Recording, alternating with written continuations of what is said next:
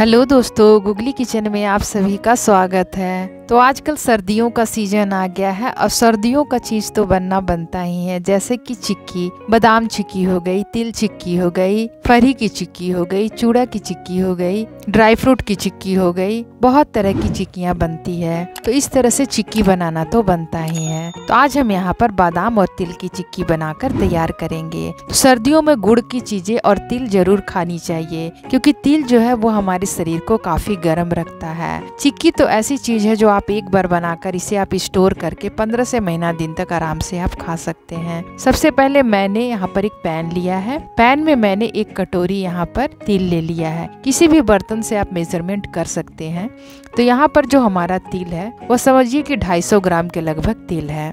तो 250 ग्राम तिल को आपको पैन में ले लेना है और इसे ड्राई रोस्ट कर लेना है। तिल को आप लो टू मीडियम फ्लेम पर भूनें ताकि तिल आपका जले नहीं। तिल बहुत जल्दी जल भी जाता है, तो धीरे धीरे करके आपको इसे भूनना है। भूनने के बाद एक चटचट की आवाज आएगी तो आपको पता चल जाएगा कि तिल भुना चुका है और यह थोड़ा सा फूला फूला टाइप का हो जाता है। और मुंह में भी डालिएगा इसे थोड़ा सा तो एकदम क्रंची टाइप का लगेगा, उसी से पता चल जाता है कि तिल भुना चुका है।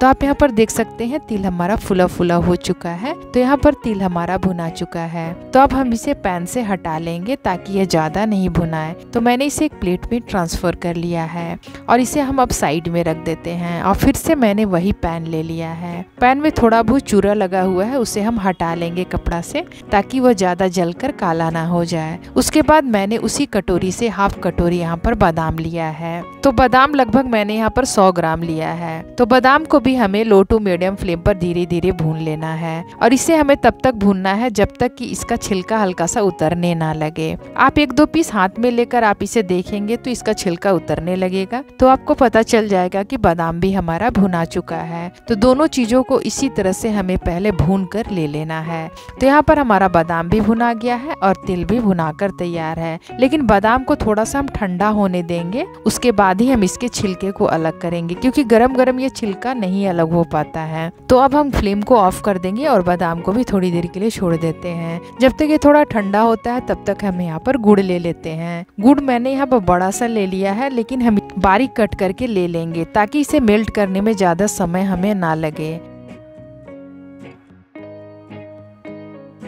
तो आप यहाँ पर देख रहे हैं मैंने चाकू की मदद से बारीक कट कर लिया है। तो यहाँ पर जो गुड़ लेनी है वो हमें मेजर करके लेना है। जितना मैंने यहाँ पर तिल लिया था उसी अनुपात में हमें यहाँ पर गुड़ लेना है। 250 ग्राम तिल लिया था और 100 ग्राम मैंने यहाँ पर बादाम लिया था, तो दोनों मिलाकर हमारा 350 ग्राम हो गया। तो मैंने जिस कटोरी से मेजर करके तिल लिया था उसी कटोरी से हमें मेजर करके यहाँ पर गुड़ लेना है। उसके बाद पैन में मैंने यहाँ पर 1 चम्मच देसी घी डाल दिया है। देसी घी डालने के बाद मैंने इसे अच्छी तरह से फैला लिया है। उसके बाद जो गुड़ मैंने मेजर करके रखा था उस गुड़ को हमें पैन में डाल देनी है। मैंने दबा दबा कर इसमें गुड़ लिया है, जिस कारण कि वह निकल नहीं रहा है। तो हाथों की मदद से हमें इसे निकाल कर पैन में डाल देना है। यहाँ पर आपको पानी वगैरह बिल्कुल भी नहीं डालना है। और जब भी आप गुड़ को मेल्ट करें तो जो बर्तन ले वो थोड़ी मोटे तले वाली ले, नॉन स्टिक हो तो भी अच्छी हो, या फिर आप किसी भी मोटे तले वाले बर्तन में इसे मेल्ट करें, क्योंकि गुड़ जो होता है वो बहुत जल्दी नीचे से जलने लगता है।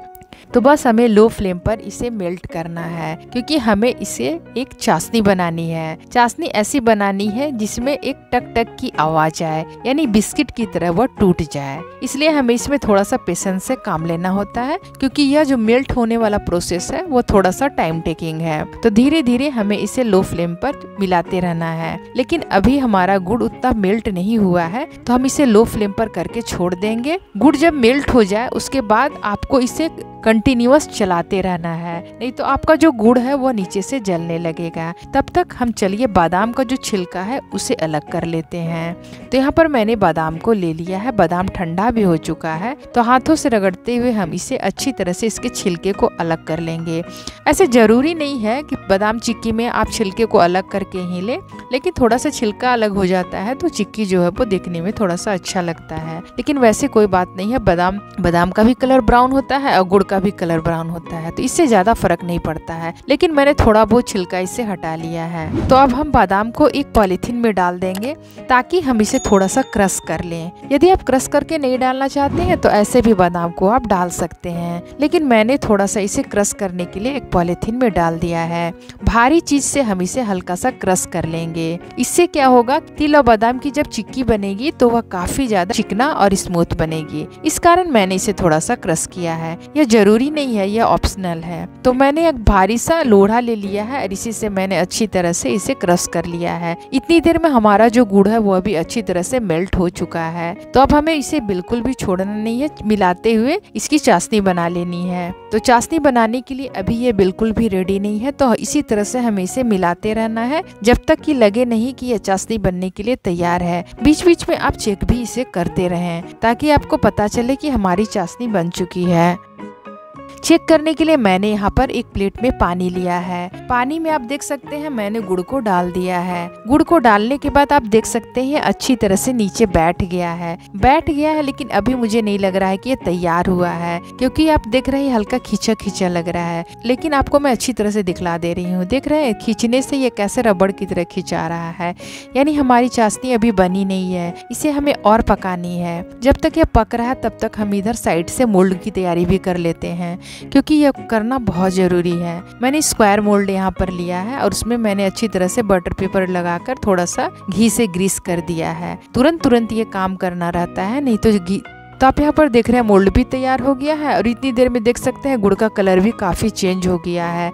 यानी चाशनी जो है लगभग बनकर पूरी हो चुकी है, लेकिन बिना चेक किए हुए हम चीज़ों को नहीं डालेंगे। तो पानी मैंने फिर से ले लिया है, कुछ ड्रॉप्स मैंने गुड़ का डाल दिया है। आप देख सकते हैं वो नीचे तले में अच्छी तरह से बैठ गया है। तो अब हम इसे उठाएंगे और देखेंगे कि यह टूट रहा है या नहीं। जब तक ये टक से नहीं टूटेगा तब तक हमारी चाशनी नहीं होगी। तो आप देख सकते हैं ये टक से टूट चुका है, चाशनी हमारी तैयार हो चुकी है। इसमें फ्लेवर लाने के लिए मैंने भी एक बड़ी चम्मच सौंफ डाल दिया। सौंफ का फ्लेवर काफी अच्छा लगता है चिक्की में। उसके बाद भुने हुए तिल को डाल दिया है, उसके बाद भुने हुए मैंने बादाम को डाल दिया है। अब सारी चीजों को हमें अच्छी तरह से मिक्स कर लेना है। हमें यहाँ पर फ्लेम बिल्कुल लो रखनी है, लो फ्लेम में ही हमें सारी चीजों को यहाँ पर मिक्स करनी है।